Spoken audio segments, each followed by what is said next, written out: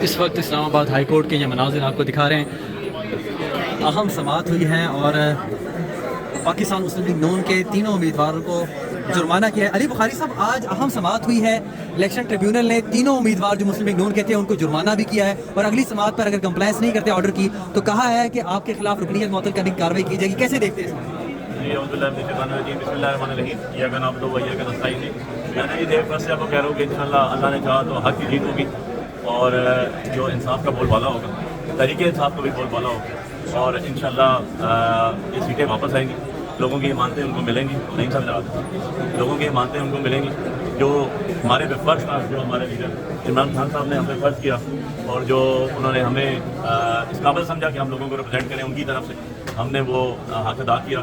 اور ابھی ہم پہلے دن سے آج تک جو عمران خان صاحب کی امانت ہمیں ٹکٹ کی صورت میں ملی اور جو لوگوں کی امانتیں ہمیں ووٹوں کی صورت میں ملی، اس کی جنگ لڑ رہے ہیں. یقین جانیں، کلمہ پڑھے کہہ سکتے ہیں، اپنی ذات کی جنگ نہیں لڑ رہے. یہ قانونی جنگ ہے اور یہ حق کا فتح ہوگا انشاءاللہ. اور الٹیمیٹلی آپ دیکھیں گے کہ آج آخرکار سارے کے سارے چہرے دوبارہ ہم نے نکالے.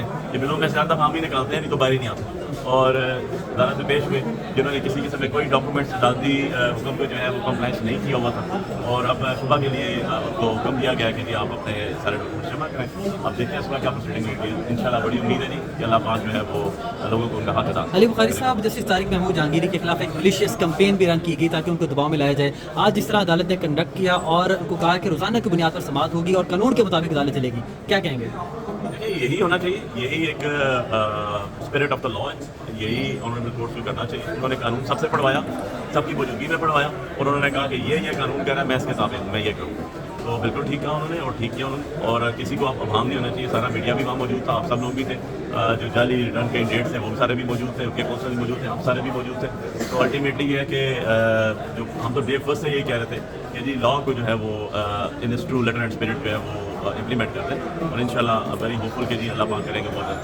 بہت شکریہ علی بخاری صاحب، ہمارے ساتھ موجود تھے اور آپ نے ان کی گفتگو سنی. ان کا یہ کہنا ہے کہ اب پاکستان مسلم لیگ نون کے کینڈیڈیٹس کے لیے سروائیو کرنا بڑا مشکل ہے اور ہم شروع سے ہی کہہ رہے ہیں کہ وہ جعلی فارم 45 کے بدلے حکومت میں آئے ہیں اور اب ان کی رکنیت ختم ہو گئی.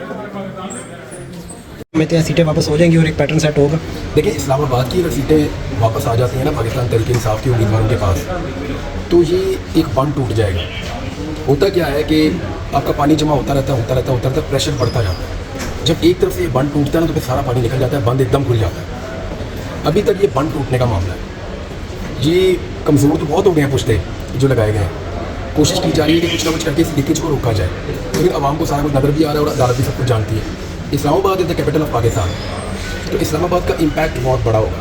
اگر اس ملک کے کیپٹل میں اتنی بڑے پیمانے پہ دھاندلی ہوئی ہے کہ 3 سیٹیں چھینی گئیں اور تینوں واپس آ گئی، تو پھر پورے پاکستان کے الیکشن کے اوپر ایک سوالیہ نشان لگ جائے گا. باقی ججز اور باقی عدالتوں کو بھی فوری طور پہ پھر ریلیف دینا پڑے گا، انہیں بھی انصاف کرنا پڑے گا، کیونکہ عدالتوں میں نا پریسیڈنٹ سیٹ ہوتا ہے. جب ایک عدالت انصاف دے رہی ہوتی ہے تو باقی عدالتیں آپ دیکھیں نا کیسز کو سامنے رکھ کے ججز کیسز کے فیصلے کرتے ہیں. وہ یہ کہتے ہیں کہ فلاں سپریم کورٹ کا فیصلہ تھا، اس کی روشنی میں آپ دیکھ لیں، یا فلاں ہائی کورٹ کا فیصلہ تھا، اس کی روشنی میں آپ دیکھ لیں، یا اس بات کے اوپر پہلے ڈیسیجن ہو چکا ہے. تو اسلام آباد ہائی کورٹ جو کچھ بھی اس میں کرے گی وہ قابل تقلید ہوگا باقی ہائی کورٹ کے بارے میں. ابھی سب سے بڑی پریشانی حکومت کی ہے کہ اپنی سیٹیں کیسے بچا کے رکھیں. اس کے لیے وہ جلدی قانون سازی نہیں کر رہے ہیں، لیکن میرے خیال میں یہ معاملہ چیلنج ہو جائے گا کورٹ میں. اس کی ایک وجہ ہے، اس کی وجہ یہ ہے کہ جب بھی آپ کوئی ایک نیا بل لے کر آتے ہیں یا قانون کے اندر کوئی تبدیلی کرتے ہیں تو جو چیزیں پہلے ہو چکی ہوتی ہیں وہ پہلے کے مطابق چلتی ہیں. یہ نہیں ہو سکتا کہ آپ پچھلے 10 سال کے جو الیکشن ہے یا 20 سال کے جو الیکشن ہے وہ آج بننے والے قانون کے تحت آپ ان کو چلائیں گے. اگر تو ریٹائرڈ ججوں کو لگانے والا قانون آج بن رہا ہے تو آج کے بعد جو الیکشن ہوں گے اس کے اندر ریٹائرڈ جج ٹربیونل میں بیٹھیں گے. ایسا نہیں ہو سکتا کہ یہی قانون پچھلے الیکشن کے اوپر جو ہے وہ لاگو ہو جائے گا. ایسا ہوگا نہیں، ہونا نہیں چاہیے. تو یہ معاملہ بھی عدالت میں جائے گا. اب دیکھنا ہے کہ سپریم کورٹ آف پاکستان میں جب یہ معاملہ جاتا ہے تو قاضی صاحب بینچ کیسا بناتے ہیں اور اس بینچ کا حصہ ہوتے ہیں یا نہیں ہوتے، کیونکہ یہ معاملہ وہاں جانا ہے.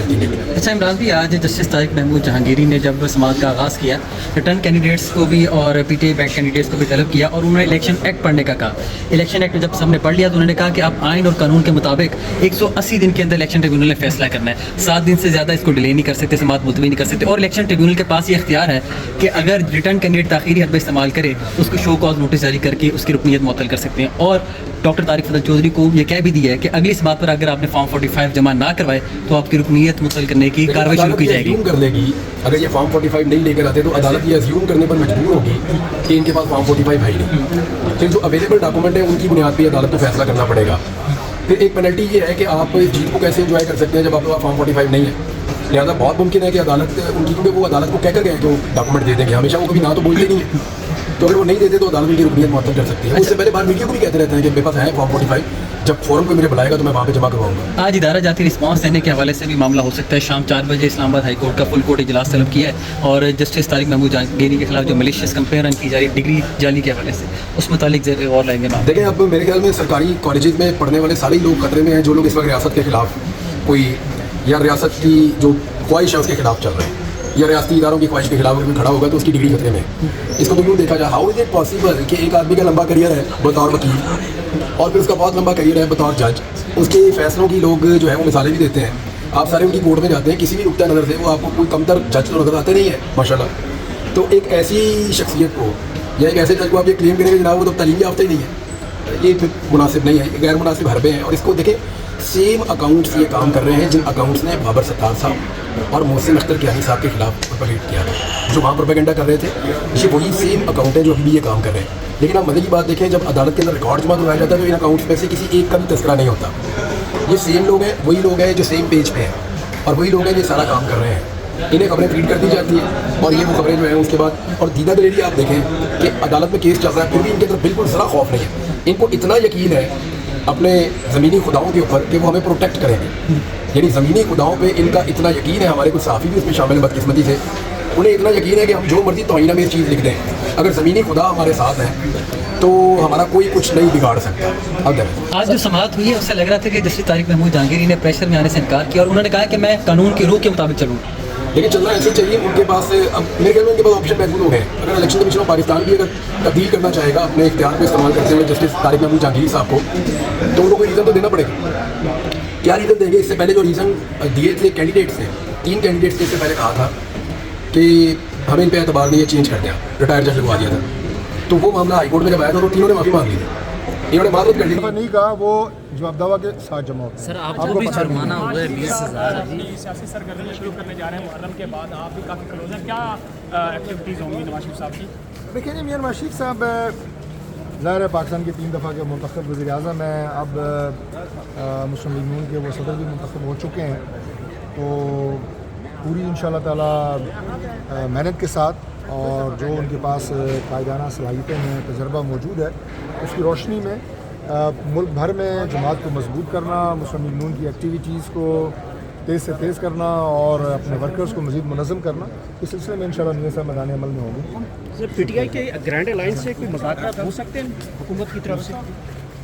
دیکھیں ہم نے تو ہمیشہ یہ بات کی ہے جی کہ ملک کو اگر آگے لے کے چلنا ہے تو بات چیت کے ذریعے, آپس میں ایک دوسرے کو انگیجمنٹ کے ذریعے ہی سیاسی معاملات آگے چلتے ہیں. انتشار سے, احتجاج سے, شہر بند کرنے سے کبھی بھی کسی ملک نے ترقی نہیں کی. تو واحد راستہ یہی ہے کہ سیاسی قوتیں جو ہیں وہ مل جل کے اس ملک کو مسائل سے نکالنے کے لیے آگے بڑھیں. ڈاکٹر صاحب آخر میں یہ بتا دیجیے گا کہ آپ آئین اور قانون کی بالادستی پر یقین رکھتے ہیں, مسلم لیگ نون اور آپ کے قائد بھی. یہ ججز کے خلاف جو ملیشیس کمپین رن کی جا رہی جسٹس طارق محمود جہانگیری کی جعلی ڈگری کے حوالے سے, اس حوالے سے کیا کہیں گے؟ دیکھیے میں نے پہلے بھی آپ کو بتایا ہے جی کہ اس طرح کی کسی کمپین سے نہ ہمارا کوئی تعلق ہے, نہ ہماری جماعت کا کوئی تعلق ہے, اور نہ پاکستان مسلم لیگ نون کبھی بھی کسی منفی پروپیگنڈے کا نہ حصہ بنی ہے اور نہ اس پہ یقین رکھتی ہے. ہم رول آف لاء پہ یقین رکھتے ہیں اور آئین کی بالادستی پہ یقین رکھتے ہیں. ہماری ساری جدوجہد ہمیشہ جو ہے وہ رول آف لاء کے لیے رہی ہے اور آئندہ بھی رہے گی. پبلک اکاؤنٹ کمیٹی کے چیئرمین کے حوالے سے کہاں تک ڈیولپمنٹ ہوئی ہے؟ دیکھیے پبلک اکاؤنٹ کمیٹی کے چیئرمین کے حوالے سے ایز چیف وپ میں نے جو پی ٹی آئی کے عامر ڈوگر صاحب ہیں چیف وپ, انہیں ایک لیٹر لکھا تھا جس میں یہ درخواست کی گئی تھی کہ آپ اپنے 4 ناموں کا ایک پینل جو ہے وہ سجیسٹ کریں. چونکہ کسی جگہ قانون میں یہ موجود نہیں ہے کہ پبلک اکاؤنٹ کمیٹی کے جو چیئرمین ہیں وہ اپوزیشن سے ہوں گے, لیکن یہ روایت موجود رہی ہے اور ہم اس روایت کو آگے لے کے بڑھنا چاہتے ہیں, آگے لے کے چلنا چاہتے ہیں. اور جو چیئرمین شپ ہے پبلک اکاؤنٹ کمیٹی کی وہ تحریک انصاف کو دینا چاہتے ہیں, لیکن اس کا جو ایس او پی گورنمنٹ نے اپنی جو ہمارے اتحادی جماعتیں ہیں ان کے ساتھ مل کے یہ طے کیا ہے کہ ہم آپ سے 4 ناموں کا ایک پینل جو ہے وہ مانگیں گے، اور اگر وہ ضد کریں گے کہ نہیں ہم ایک ہی نام دیں گے تو پھر دوبارہ ہم اپنے اتحادیوں کے پاس جائیں گے اور اس سلسلے میں کوئی فیصلہ کریں گے۔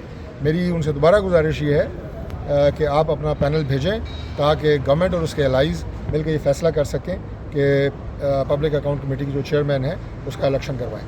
Thank you so much.